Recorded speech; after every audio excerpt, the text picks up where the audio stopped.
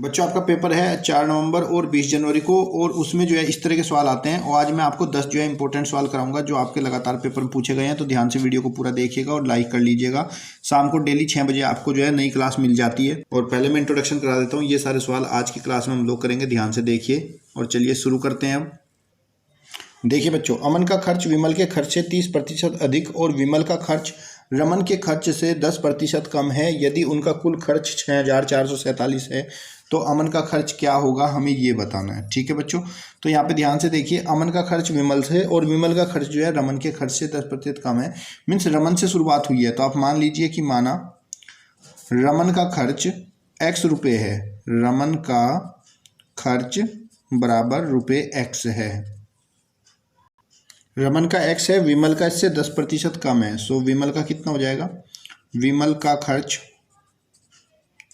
बराबर इससे 10% कम। मीन्स जो भी रमन का है उस रमन के खर्च का 90% हो जाएगा, क्योंकि 10% कम है। तो बच्चों 100 में से 10 गया, 90% होगा। ये आपका 90x/100 हो जाएगा।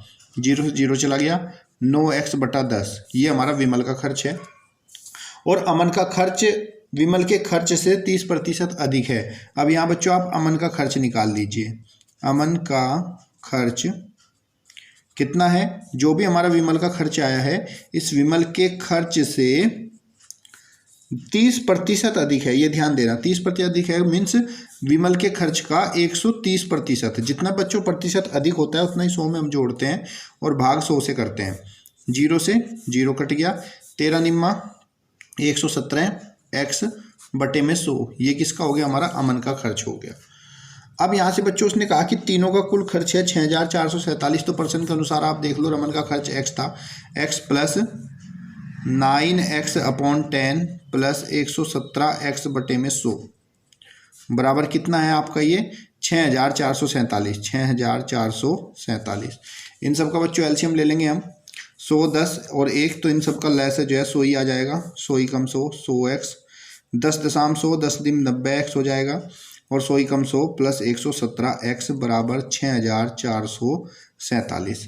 इसको हम जोड़ लेंगे बच्चों, कितना हो जाएगा हमारा ये 190 190 190x + 117x/100 बराबर 6447। यहाँ से बच्चों x का मान निकालेंगे हम लोग। पहले इसको जोड़ेंगे, 7 9 और 1 10, 1 और 1 2, 207x/100 बराबर 6447। यहाँ से हम x का मान निकालेंगे तो बच्चों x बराबर कितना होगा हमारा, x बराबर जो यहाँ बटे में होता है गुणा में चला जाता है, 6447 × 100 और भाग 307। 307 से हम इसको भाग कर देंगे बच्चों, तो 307 से 21 बार कटेगा, तब 21 की 100 से गुणा, तो x बराबर कितना हो गया हमारा 2100। ये हमारा x का मान हो गया। और हमसे सवाल में पूछा है तो अमन का खर्च क्या होगा। अमन का खर्च कितना था बच्चों, 117x/100 था। तो हम यहाँ लिखेंगे अमन का खर्च, अमन का खर्च बराबर 117x 117/100 और गुणा में x का मान कितना है बच्चों आपका 2100 रुपये आया। दोनों 0 से दोनों 0 कट जाएंगे। आपका 117 की 21 से गुणा करेंगे हम बच्चों, 117 की 21 से गुणा करने पर हमें मिलेगा 2457। 2457 जो है यहाँ पे अमन का खर्च हो जाएगा। ऑप्शन नंबर आपका बी जो है राइट आंसर होगा। उम्मीद करता हूँ बच्चों आपको वाला क्वेश्चन समझ में आ गया होगा। जब कभी भी हमारे कठिन क्वेश्चन आते हैं तो इस तरह के सवाल जो है वो आपको नवोदय में देता है। अगला प्रश्न देखते हैं। अगला प्रश्न है, एक मिश्र धातु में 26% तांबा है।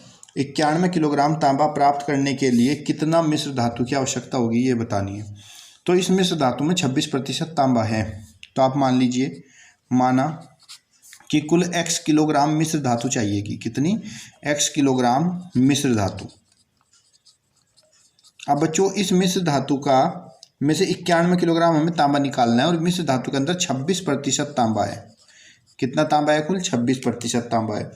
अब हमें बतानी है कि कुल कितनी मिश्र धातु लगेगी 91 किलोग्राम तांबा निकालने के लिए। मतलब मिश्र धातु हमने x मानी, तो इसका मीन्स x का 26% किसके बराबर होगा, 91 किलोग्राम के बराबर होगा।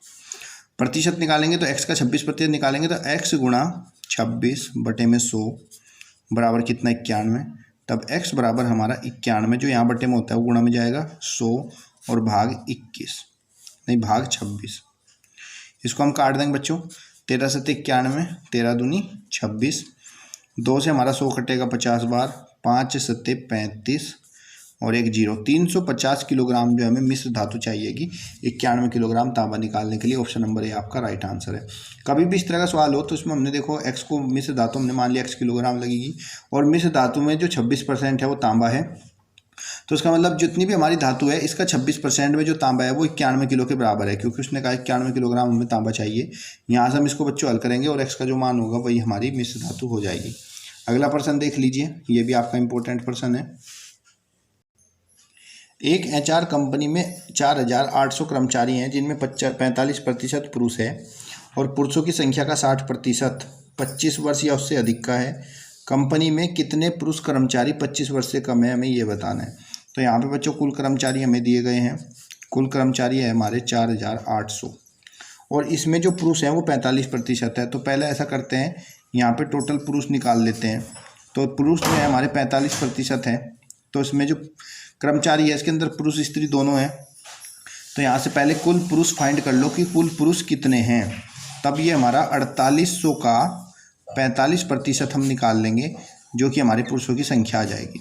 0 से 0 कटेगा, 48 और 45 की हम बच्चों गुणा करेंगे। यहाँ से 48 45 की गुणा करने पर हमें मिलेगा 2160। तो ये हमारे पास कुल पुरुषों की संख्या आई है। लेकिन बच्चों हमसे कुल पुरुषों की नहीं, हमसे पूछा गया है कि इस पुरुषों की संख्या में 60% जो है ना 25 वर्ष या उससे अधिक है, लेकिन हमें 25 वर्ष से कम के बताने हैं। तो भाई 25 वर्ष से जो अधिक हैं वो कितने हैं? 25 वर्ष से अधिक उम्र के पुरुष जो हैं वो हैं इसमें 60%। तो कम आयु के कितने बचेंगे? कम आयु के हो जाएंगे, टोटल परसेंटेज 100 होती है बच्चों, तो 100 में 60 गया 40%। तो टोटल जो पुरुष हैं संख्या, इसका जो 40% है वो 25 वर्ष से कम उम्र के हमारे पास इसमें कर्मचारी है। तो कम उम्र के बताने हैं हमें, कम उम्र, और कितनी कम उम्र? 25 वर्ष से कम उम्र वाले। तो कितने हो जाएंगे? टोटल पुरुष हमारे पास 2160 थे और उनका 40% जो हैं वो हमारे इससे कम उम्र के हैं। इसका 40% निकालेंगे, 0 से 0 चला जाएगा, 4 6 24, 4 एकम 4 2 6 और 4 दूनी 8। तो यहाँ पे बच्चों 864 ऐसे कर्मचारी है इस कंपनी में जो पुरुष हैं और 25 वर्ष से जिनकी उम्र कम है। ऑप्शन नंबर डी आपका राइट आंसर आ जाएगा। उम्मीद करता हूँ बच्चों समझ में आई है। वीडियो को लाइक करते चलिएगा। देखो HR कंपनी में 4800 कर्मचारी थे, तो टोटल कर्मचारी उसमें से 45% पुरुष थे। भाई कर्मचारी में तो आपका मेल फीमेल दोनों हो जाती हैं, तो हमें यहाँ से सिर्फ मेल यानी कि पुरुष को पता करना है। तो उसका 45% निकाला, 2160 हुआ, ये हमारा पुरुष हुआ।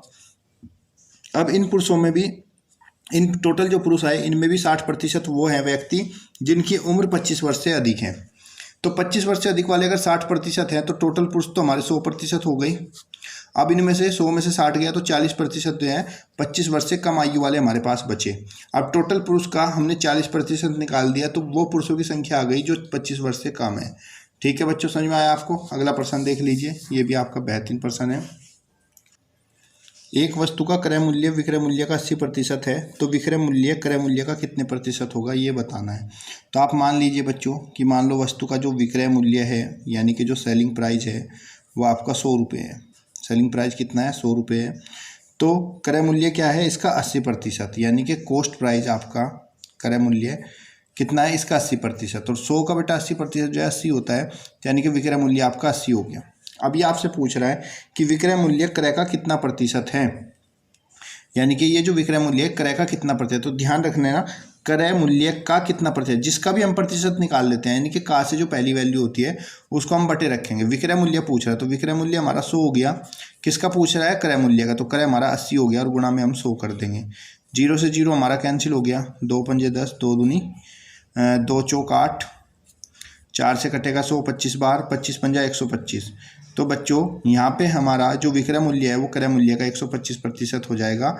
आंसर नंबर आपका सी राइट आंसर हो जाएगा। ठीक है बच्चों, समझ में आ गया? अगला प्रश्न देख लीजिए, ये भी आपका बहुत बेहतरीन सवाल है। एक वस्तु के क्रय मूल्य का 80% उसके विक्रय मूल्य के 60% के बराबर है, तो क्रय मूल्य विक्रय मूल्य का अनुपात बताइए क्या होगा। तो देखो बच्चों, क्रय मूल्य क्या बोलते हैं? CP, और CP का 80%, तो CP × 80 बराबर कितना है? उसके विक्रय मूल्य के 60%। विक्रय मूल्य मतलब सेलिंग प्राइस का 60%, तो गुणा 60। ठीक है बच्चों, यहाँ पे हम इसको हल कर लेंगे। तो CP और ये कितना है आपका SP है। और हमें क्या बताना है, क्रय मूल्य और विक्रय मूल्य का अनुपात। तो CP इस SP को हम इसके डिवाइड में ले आएंगे, CP divide by SP is equal to 60 upon कितना 80 हो जाएगा प्रतिशत। प्रतिशत से प्रतिशत कैंसिल हो जाएगा, 0 से 0 कैंसिल, 2 तिया 6, 2 चौक 8। तो CP upon SP is equal to आपका 3/4 या फिर CP अनुपात SP कॉस्ट प्राइस यानी क्रय मूल्य अनुपात विक्रय मूल्य बराबर हमारा 3:4 हो जाएगा। ऑप्शन नंबर बी आपका राइट आंसर। ठीक है बच्चों, समझ में आया। अगला प्रश्न देखते हैं। 348 भाग 29 गुणा 15 प्लस 156। यहाँ पे क्वेश्चन मार्क है, हमें बताना है यहाँ पे क्या आएगा, इसकी घात 3 प्लस 120। तो इसको हल करने के लिए बच्चों हम यहाँ पे बोर्ड मास इस्तेमाल करेंगे। बोर्ड मास में पहले क्या करते हैं, हम सबसे पहले भाग करते हैं। 348 को 29 से भाग करेंगे हम लोग बच्चों, 348 को 29 से भाग करेंगे, आपका 12 आएगा। इसमें गुणा 15 और प्लस 156 बराबर, जहाँ पे हमें कुछ वैल्यू चाहिए यहाँ पे हम x मान लेंगे कि x की घात 3 है और प्लस 120। इस x का मान हमें निकालना है। 12 की 15 से गुणा करेंगे, 15 दूनी 30, 15 तिया 18, 180 प्लस 156। और यहाँ पे बच्चों मुझे x का मान निकालना है, तो x को तो मैं इधर ही रखूँगा। जो 120 मेरा प्लस है इधर आकर माइनस का हो जाएगा, माइनस 120 बराबर x की घात 3। इसको हल कर लूँगा, पहले 180 और 56 को जोड़ लूँगा, 6 8 5 13, 1 1 2 3, 336 माइनस 120 बराबर x की घात 3। माइनस करेंगे 6, 3 में से 2 गया 1 और 3 में से गया 2, 216 बराबर x की घात 3। यहाँ से बच्चों जब हम x का मान निकालेंगे तो x का मान निकालने के लिए हम क्या करेंगे, देखो यहाँ घात क्यूब है यानी कि घन है, जब इसको हटाएंगे तो इधर घनमूल लग जाएगा। तो यहाँ पे घनमूल 216 बराबर x। और जब बच्चों हम घनमूल को हल करते हैं तो कैसे करते हैं, इसके टुकड़े करेंगे 216 के, 2 एकम 2 0, 2 अठे 16, 2 पंजे 10, 2 चौक 8, 2 दूनी 4, 2 सत्ते 14, 3 नम 27, 3 तिया 9 और 3 एकम 3। तो यहाँ पे देखो 3 3 का जोड़ा बनाएंगे तो इसमें से बच्चों 1 2 और 1 3 बाहर आएगा। x बराबर कितना होगा हमारा 6। तो यहाँ पे जो क्वेश्चन मार्क है इस पे हमारा 6 आएगा। ऑप्शन नंबर बी आपका राइट आंसर। ठीक है बच्चों, अगला प्रश्न देखते हैं। अगला प्रश्न है, निम्नलिखित में से कौन एक सहभाज्य युग्म है। सहभाज्य बच्चों वो होती है, सहभाज्य संख्या का युग्म है जो किसी के पाड़े में नहीं कटती। जैसे यहाँ पे 14 और 35 है तो 7 के पाड़े में 14 और 35 भी आ जाता है, 14 7 दूनी 14, 7 5 35, तो ये नहीं होगा। 18 और 25, किसी भी संख्या में ऐसी कोई भी संख्या नहीं है जिसमें 18 और 25 आ जाए, क्योंकि 31 या 93 ये भी कट जाएगा और ये भी 2 से कट जाएगा। तो हमारा जो है बी ऑप्शन राइट होगा। ऐसी संख्याएं सहभाज्य होती हैं जो किसी एक संख्या से नहीं कटती हैं, दोनों की दोनों। तो ऑप्शन नंबर बी आपका राइट आंसर होगा। अगला प्रश्न देखिए बच्चों, प्रश्न संख्या 11। दो संख्याओं का मास 11 है और लासा 7700। एक संख्या 275 है तो दूसरी संख्या क्या होगी, हमें ये बताना है। तो बच्चों जब हमें लासा मासा दिया जाए और हमसे दूसरी संख्या पूछी जाए कि दूसरी संख्या क्या होगी, तो बच्चों दूसरी संख्या बराबर होता है लासा गुणा मासा, लासा और मासा का गुणनफल, और भाग करेंगे दी गई संख्या से, दी गई संख्या। अब देखिए लैसा यहाँ पे कितना है हमारा 7700 और मासा है 11 और बटे में दी गई संख्या क्या है बच्चों हमारी 275। तो 275 से इसको भाग करेंगे। चलिए इसको हल करते हैं। 11 दूनी 22, 11 पंजे 55, कितना हो गया बच्चों हमारा ये 25 हो गया।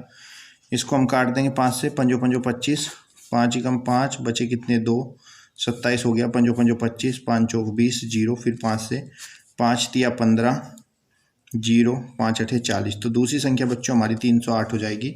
ऑप्शन नंबर सी आपका राइट आंसर है। अगला प्रश्न देख लीजिए, ये तो बहुत इंपॉर्टेंट है, ट्रिकी भी है, नोट कर लो इसको अपनी नोटबुक में और सोल्व भी करेंगे। दो संख्याओं का मासा 18 है, HCF इसका दिया गया मासा 18 और संख्याओं का अनुपात है 3:5। तो इनका बच्चों लासा बताना है कि लासा क्या होगा। तो जब बच्चे आपको संख्या का मासा दिया जाए और उनका अनुपात दिया जाए और लासा पूछे तो अनुपात का गुणनफल और गुणा में इनका मासा कर देते हैं।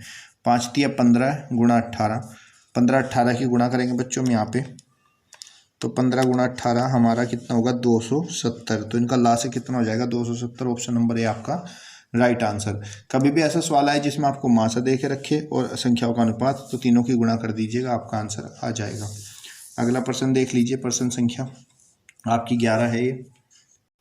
चलिए ये वाला क्वेश्चन आप लोग खुद करोगे होमवर्क में, कैसे करना है मैं बता देता हूँ। वह छोटी छोटी संख्या क्या होगी जिसमें 8 जोड़ने पर संख्या 18, 27, 33 और 42 से पूरी पूरी विभाजित हो जाए। तो वो संख्या क्या होगी बच्चों? इसके लिए हम क्या करेंगे, इन संख्याओं का एलसीएम निकालेंगे जो भी हमें दिया गया है, और इनमें बच्चों हम जितना में जोड़ने पर है ना, इसमें से हम इसको माइनस कर देंगे और हमारा आंसर आ जाएगा। ठीक है, अगला प्रश्न देखिए। 4 अंकों की वह बड़ी से बड़ी संख्या कौन सी है जिसमें से हम इसे भाग देने पर प्रत्येक दशा में हमारा जो है 7 शेषफल बचे? तो इसके लिए क्या करोगे आप, 4 अंकों की बड़ी से बड़ी संख्या लिखोगे पहले। ठीक है बच्चों, फिर जो हमें संख्याएं दी गई हैं 9, 12, 15 और 13, इन सब का आप एलसीएम निकालोगे, और जो भी इनका एलसीएम आएगा इस एलसीएम से आप दी गई संख्याओं को भाग करोगे। एलसीएम से भाग होने के बाद जो भी आपका शेषफल बचेगा, इस संख्या में से जो 4 अंकों की बड़ी से बड़ी संख्या है इसमें से आप शेषफल को माइनस करोगे, और शेषफल माइनस होने के बाद जो भी आपका आएगा इसमें आप 7 जोड़ दोगे। ठीक है बच्चों, होमवर्क में करके इन्हें बताओगे और कमेंट बॉक्स में बताओगे मुझे आपका आंसर क्या आया क्या नहीं, और साथ ही साथ चैनल को सब्सक्राइब, वीडियो को लाइक कर लेना। धन्यवाद। जय हिंद, जय भारत।